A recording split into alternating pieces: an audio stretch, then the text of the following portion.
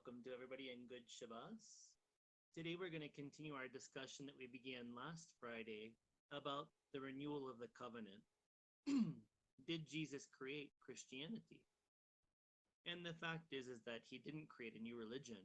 What he was trying to do was to renew the basic, essential spiritual principles that are within all religions, but particularly within his own. Jesus was a Jewish Rav, Jesus was a master of the Jewish traditions, and he was a Rav, which means Jewish master. It is the preceding title before rabbi became a reality after the fall of the Second Temple.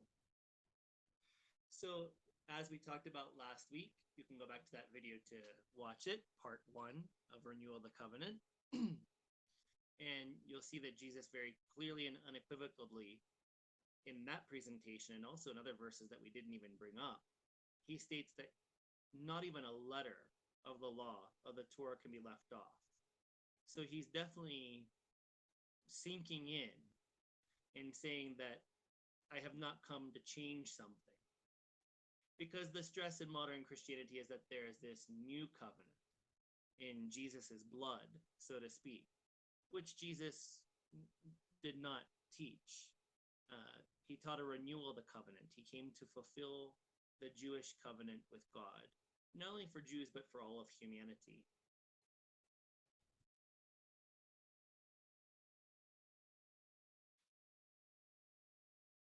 How did he renew it? There are 2 verses that we're going to present today, and certain ideas that I'll address in passing. Whenever he wanted to renew the covenant, he wanted to renew the spirit. He wanted to renew the heart that the Jewish spiritual leaders had, and that they would then give to the people or inculcate in their people.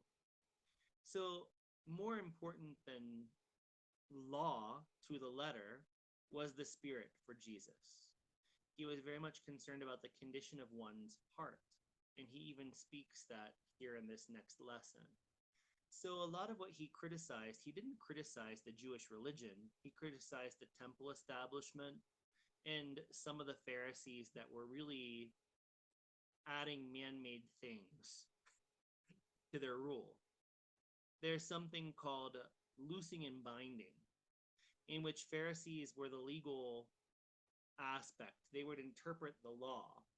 They would interpret the legalities of the Jewish system. So they would state what was more important than other things to follow.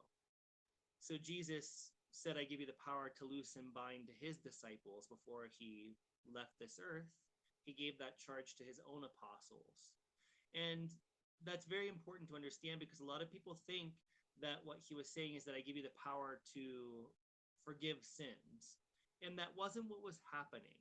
To loose and bind is a rabbinical authority that Jesus gave to his apostles. And no, I understand that rabbis weren't there, but the preceding idea of what a rabbi was, Rav, Jewish spiritual masters, even preceding the idea of a rabbi, which happened after 70 AD in the fall of the temple, the Pharisees were still legally interpreting all the Torah in the first 5 books of the New Testament. And to loose and bind means that you could decide which laws were more heavy and had to be followed, and which were kind of lighter and you can kind of set aside. And they could make punishments, so on and so forth, for things that weren't followed. And they could also loose people from the debts created by not following certain laws. So this was the authority that Ravs and eventually rabbis had. They had the power to judge which laws had more weight and that the people should focus on. And Mar Yeshua criticized the Pharisees of his time for being too outward, too legal, too to the letter. He often accused them of looking down their nose at people. In other words, thinking they were better than people, that they should declare things. He thought that religion should be more inward than outward. Whenever the Pharisees would give alms in public, they would blow the shofar and let everybody know that something good was happening here. Look at me, I'm giving something away. And Jesus thought that all charity and all prayers should be done privately, without anybody else seeing or even knowing about it. So this was very important. That was one of the ways that he renewed the covenant, was that he wanted it to be more inward of the heart, that would create an expansion of pure love and pure consciousness within the hearts of those that were his listeners. So that was very important to him. And by being sincere in spiritual practices, by focusing on what is within and lesser so on what is without, he talked about the fact that the Pharisees loved to clean the outside of the cup, but never wanted to pay attention to the inside of the cup, meaning they were worried about outer customs, outer law, and not so worried about the inside of the cup, which would represent the spiritual heart and the purifying of the spiritual heart. So that's what Mar Yeshua was concerned about in his renewal of the covenant. Wasn't that we were so legalistic, so hard-hearted, as he'd often call people. He really wanted it to be about a level playing ground for all people, that there wasn't some higher aristocracy and then the people of the land, but all are equally would have access to God through the expansion of the heart and the expansion of consciousness. As we know, inside every human heart are two impulses or inclinations. There's the Yetzer Hara, which is the negative or so-called evil inclination of the heart. And there's the Yetzer HaTov, which is the good or spiritual inclination of the heart. And Jesus really wanted us to focus in the renewal of the covenant on purifying our heart by encouraging good thoughts, words, and deeds, which would cause the growth and expansion of the Yetzer HaTov, or good inclination within our hearts, and to subliminate or to eliminate the Yetzer Hara, which would be your selfish or your negative thoughts, words, and deeds. So this was the main thrust of Jesus' teachings. It was an inner teaching about the heart. And also, rather than focusing on just me, just purifying me, it was focusing on purifying all of humanity, one by one. So the next two phrases, although they aren't directly talking about the renewal of the covenant, it was the spirit of the renewal of the covenant. What should be different? What was new? Or what was being rediscovered in Mar Yeshua's teachings since the ancient primordial traditions? And that was that true religion is about purifying the heart. It's not so much about the outer forms, the outer rituals, the outer laws or do's and don'ts of religion. It was about being a good person. It was about being kind. And Jesus here is talking about these two inclinations of the heart, because a very major part of the renewal of the covenant was to recognize within oneself that which was lower, that led us away from God, and that which was higher, which led us towards unity with God. So let's look at these two phrases and talk about them briefly.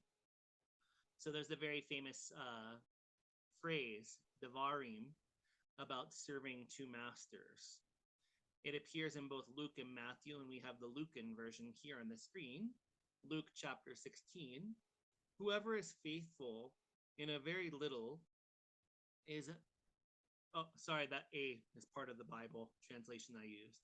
Whoever is faithful in very little is faithful also in much. And whoever is dishonest in very little is dishonest also in much. If then you have not been faithful with the dishonest wealth, who will entrust you to true riches? And if you have not been faithful with what belongs to another, who will give you what is your own? No slave can serve two masters, for a slave will either hate the one and love the other, or be devoted to the one and despise the other. You cannot serve God and wealth. The Pharisees, who were lovers of money, heard all this, and they ridiculed him.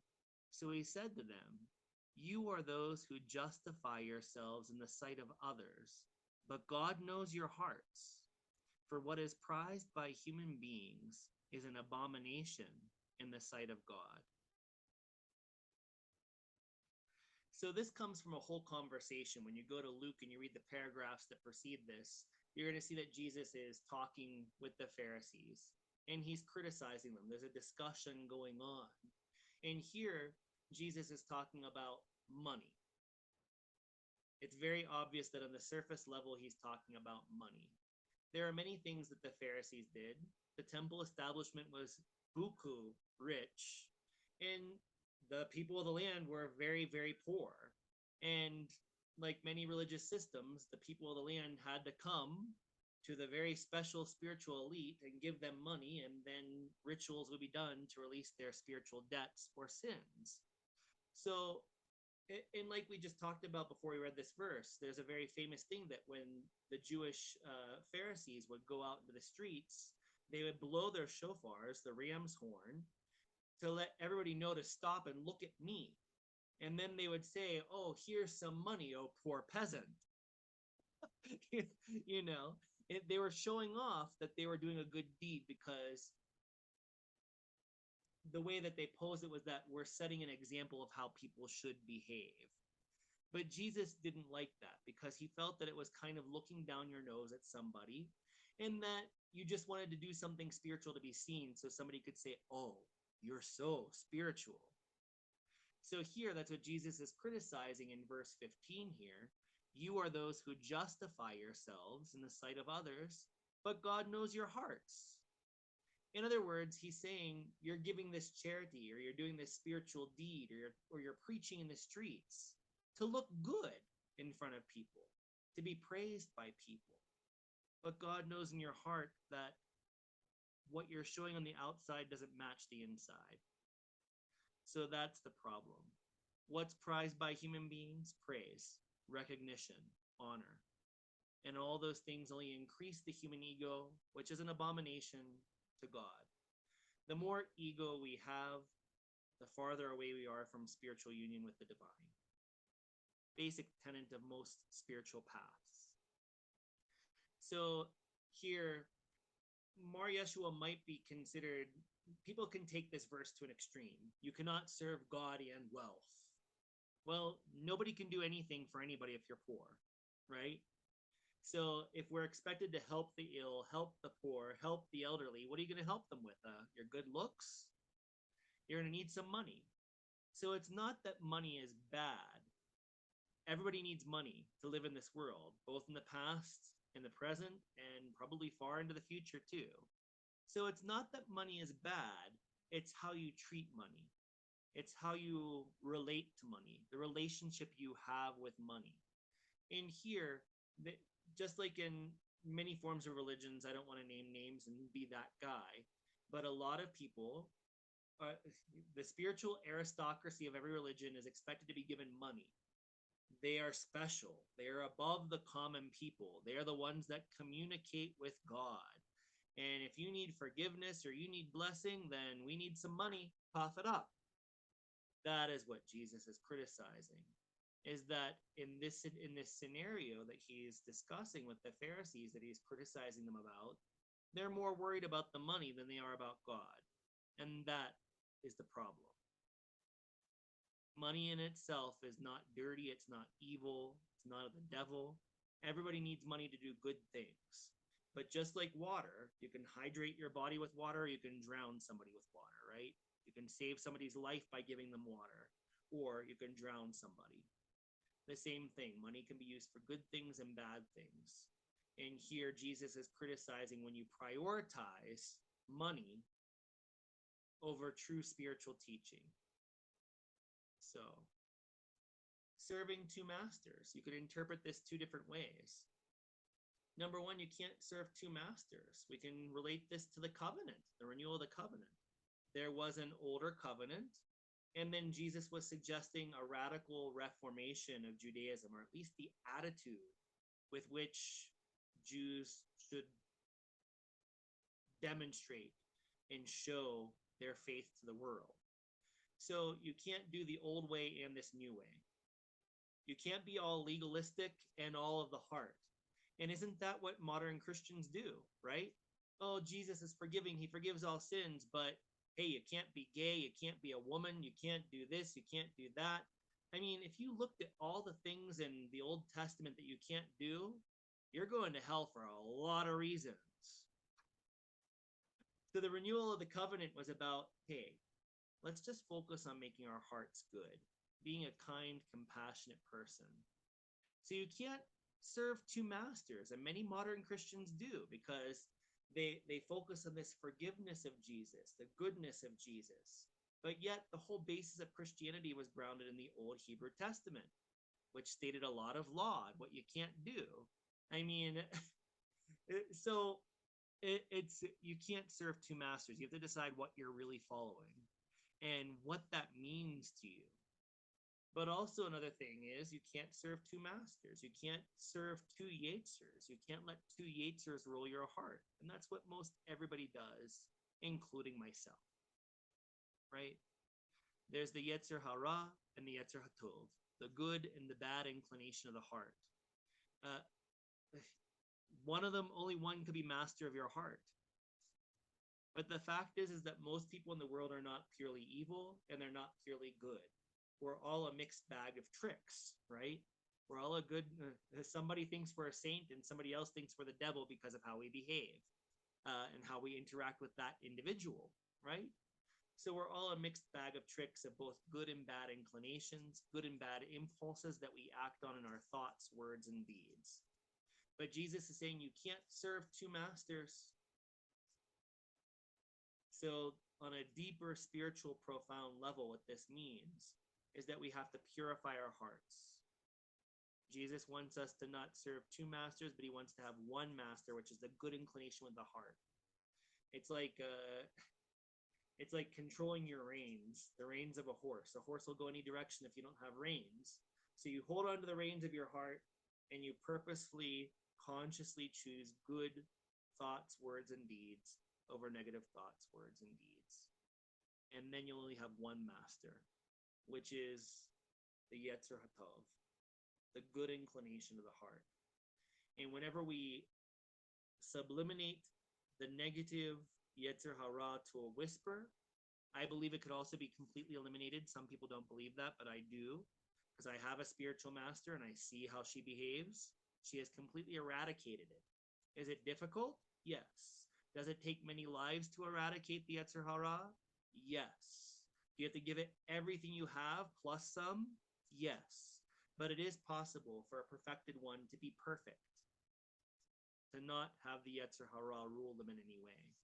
They only behave both internally and externally from the yetzer hatov, which is the good inclination of the heart, which is good thoughts, good words, good deeds for the upliftment of the people around them, their neighbors, all of humanity, the whole planet, all of creation. That's what Jesus taught. And here he was criticizing the Pharisees for not being very much concerned about anything but their wallets. And the power, imagine the power of being the person that can interpret the Torah, God's word. I have the power to interpret this. I have the power to loose and to bind you. That is a lot of power for men to have, right? So they are worried about that power and they are worried about the money that they got by wielding that spiritual power. And Jesus was criticizing it. So the new or renewed covenant that Mar Yeshua taught was about the heart. It was about the spirit of the law, not pounding on people for every letter of the law. You cannot do two things at once. This is just saying more of the same thing. So we're not going to beat the dead horse here. But in the Gospel of Thomas Logian 47a, we see an expansion of this same idea. It is impossible for a man to mount two horses or to stretch two bows. And it is impossible for a servant to serve two masters. Otherwise, he will honor the one and treat the other contemptuously. So again, this is on one level, it's saying you can't do the old way and my way too. Again, Jesus wasn't saying you need a new religion. He's saying you need to look at your religion differently. We need to reform some things. Along the way, some things went down the wrong road and we have to have a course correction. So he's saying you can't do the old way and this way. You can't have your cake and eat it too. So you have to choose, which way am I going to direct my life from? One of legalistic judgment or one of an expanded heart that sees everybody as equal, that seeks to lift up everybody along the way, including yourself spiritually. That was the path of Mar Yeshua. But you can't be on two horses. You can't ride two horses at one. You have to choose which horse you want to ride on. You can't stretch out two bows. You can only point your arrow in one direction and aim for the bullseye, the goal, the spiritual goal, right? And also, again, this is referring to the Yetzer Hara and the Yetzer HaTov. You can't mount two horses. You can't ride two horses. You have to choose the path you want.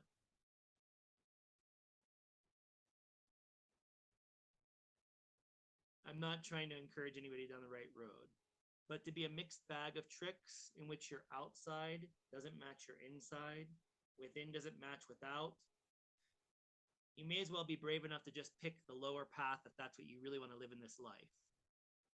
But at least we shouldn't be hypocritical. We should strive every day to see what's going on in our minds and in our hearts, and to consciously choose a better path each day. It's not as difficult as it sounds. Sometimes it involves just biting your lip instead of saying what you want to say when somebody hurts your feelings. Sometimes it's just walking out of a room instead of picking a fight. So sometimes it's just stopping and inhibiting a negative response. That in itself is a beginning. It's good. But we can't do two things at once. We can't be both good and bad. It's an inner split, an inner fracture that we have to heal. We can't serve two masters. We can't ride two horses. We can't aim two arrows. You have to choose the way you want to be, and you have to live it. And you have to live it every minute. Not just today or when I feel like it, or whenever I'm healthy, or whenever I have money in the bank, whenever my business is going well. But it's what you do no matter what, in good times and bad times. Good health and in bad health. It's a marriage. It is. This renewed covenant is a renewed marriage to God, our soul to God, and how we're going to relate to his covenant, to her covenant. Abba is both male and female in one. So this is about becoming single. It's about creating a singular focus on purifying our heart. That was what the renewal of the covenant was about. I'm going to focus on purifying myself, on making my heart more kind, on making my mind more compassionate, on using my two hands to serve humanity until I have no strength left. Every day we should be focusing on what we can do to help other people. Not me, but everybody else, or at least we, keeping it as a communal goal with yourself as part of that goal. And that communal goal is to purify all of humanity. That was Mar Yeshua's goal, was to reform, to renew the covenant between the Jewish people and God, between humanity and God. And that renewed covenant wasn't about judging and about pushing the law down people's throats, but it was about gentle expansion of the heart. And which feels better? Does it feel better to judge and push people down? Or does it feel better to lift people up and to smile? To say a kind word, to do something supportive. Mar Yeshua's path, as with all true paths, is about giving. It's better to give than it is to receive. To give service, to give gifts, to give comfort, to give charity, to give our own skills for the upliftment of others. My great spiritual master said it's better for my body to fall apart than for it to rust away from non-use. She's one of the most compassionate, giving do it, walk the walk, talk the talk people I've ever met. And again, her quote is in relation to compassionate works, which purifies the heart. She always said, it's better for my body to fall apart than for it to rust away. It's better for this body to wear out than for it to rust away due to inaction. So let's all think about, no matter what religion we are, because people come here from all different religions.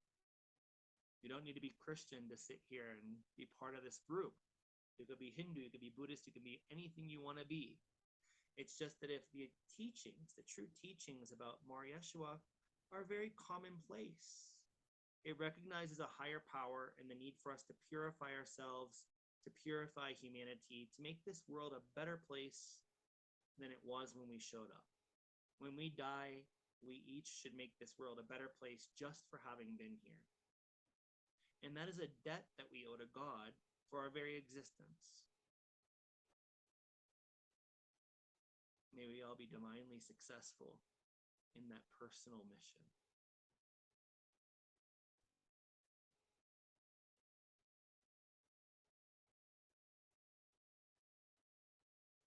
Heavenly Father, Divine Mother, please bless each of us that we can focus on a singular vision, on the single eye of the heart, focusing on purifying our heart to make our own lives better and everybody's life that we touch better. May we focus on this renewed focus, this renewed covenant on purifying our hearts with expansion of pure love and pure consciousness, creating more peace in this very troubled world. Amen. Amen. Amen.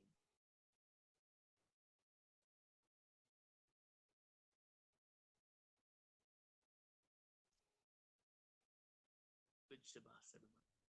Thank you for coming.